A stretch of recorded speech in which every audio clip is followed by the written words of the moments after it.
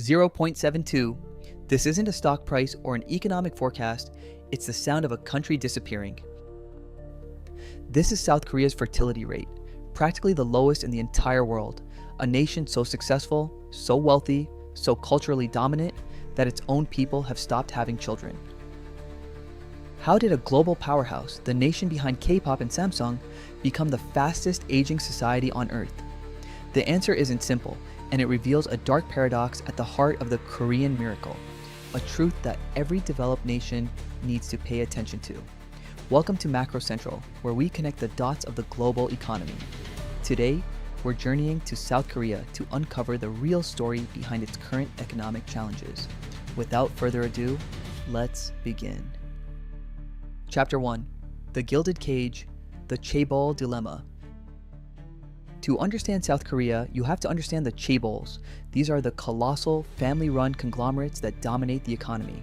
Think Samsung, Hyundai, LG, SK.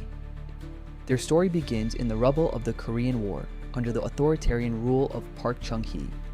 His government didn't just support business, it handpicked national champions. These chosen Chaebols were given access to massive, low-interest foreign loans, shielded from foreign competition, and encouraged to expand at all costs. The implicit deal was simple. The government will help you get rich, and in return, you will build the nation. It was a spectacular success.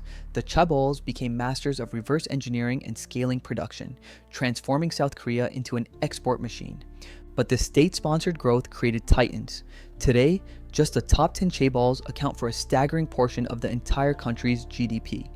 They are so powerful, so intertwined with the government, that some call South Korea the Republic of Samsung.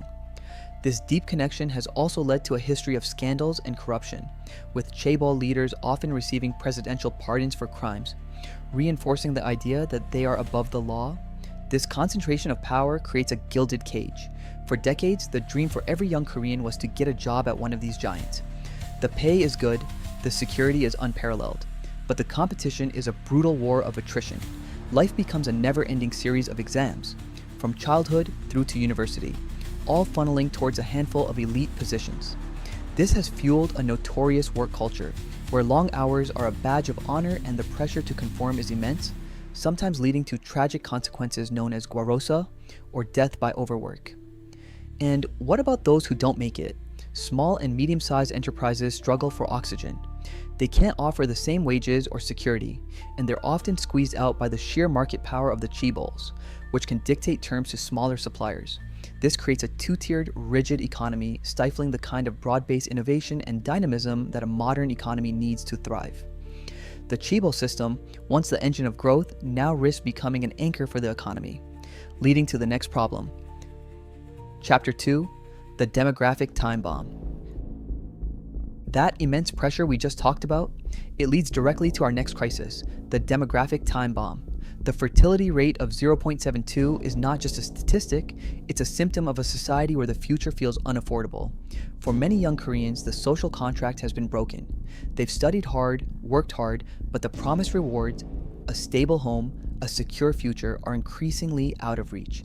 This has given rise to the so-called NPO generation.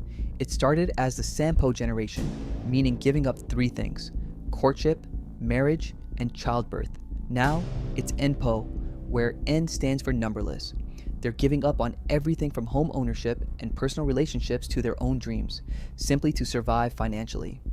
A key driver is the cost of education. In South Korea, the public school system is often seen as just a baseline. The real competition happens in expensive private cram schools called Hagwons. From a young age, children are shuttled between classes late into the night. The pressure is immense, and the financial burden on parents can be crippling, making the thought of having a second, let alone a first, child a non-starter. This isn't just a future problem, it's happening now. With fewer young people entering the workforce, the tax base is shrinking. The National Pension Fund is projected to be depleted by the 2050s, and the healthcare system is bracing for the strain of a super-aged society. By 2050, it's projected that nearly half of all South Koreans will be over the age of 65. It's a demographic time bomb, and the clock is ticking loudly. Chapter 3. The Debt Mountain and the Export Engine. To cope with these pressures, many Koreans have turned to debt. South Korea's household debt to GDP ratio is one of the highest in the world, exceeding 100%. A unique factor here is the Jons system. It's a type of lease where instead of monthly rent, a tenant pays a massive lump sum deposit, often 50 to 80% of the property's value, which the landlord returns at the end of the lease. To get this deposit, many have to take out huge loans. This system, combined with conventional mortgages, has created a mountain of debt that makes the economy incredibly vulnerable. If interest rates rise or property values fall, it could trigger a chain reaction of defaults, risking a catastrophic financial crisis. At the same time, the old engine of growth, exports, is showing signs of strain. For decades, South Korea's formula was simple: make high-quality electronics, ships, and cars and sell them to the world. But that world is changing. China, once a customer, is now a formidable competitor. In shipbuilding, China has overtaken South Korea in market share. In memory chips, companies like YMTC are challenging Samsung's dominance. And in electric vehicles, brands like BYD are rapidly expanding globally. Furthermore, South Korea is a resource-poor nation. It imports almost all of its oil and natural gas. This makes its export-driven economy highly susceptible to global energy shocks and geopolitical conflicts that can disrupt supply chains. The recent global instability has exposed this vulnerability. The old model of relying on a few key industries and a few key trading partners is no longer a guaranteed path to prosperity. Chapter 4: The Path Forward, a search for a new miracle. So, what's the way out? The South Korean government is aware of these challenges. They've poured hundreds of billions of dollars into trying to boost the birth rate with subsidies and childcare support, with little success. They've talked about reforming the Chaebols and supporting smaller businesses, but progress is slow against the entrenched interests and immense lobbying power of the giants. The real hope may lie in the same spirit that built the miracle in the first place: innovation and adaptation. The government has pushed initiatives like the Digital New Deal to invest in AI, 5G, and big data. There is a growing startup scene in areas like Pangyo, Korea's Silicon Valley. But the challenge is to nurture these new industries outside the shadow of the Chaebols in order to create a more dynamic and equitable ecosystem where new ideas can flourish. And then there's South Korea's incredible soft power. The global success of K-pop, films, and dramas is more than just entertainment. It's a significant economic force. But can you build a sustainable future on cultural exports alone? It's a powerful new asset, but not a replacement for a robust, diversified industrial base. Ultimately, the path forward will require a fundamental shift in the nation's social contract. Reforming the grueling work culture, making housing affordable, and easing the educational arms race are not just social issues, they are economic imperatives. It's about creating a society where young people can afford to dream again, not just of surviving, but of thriving.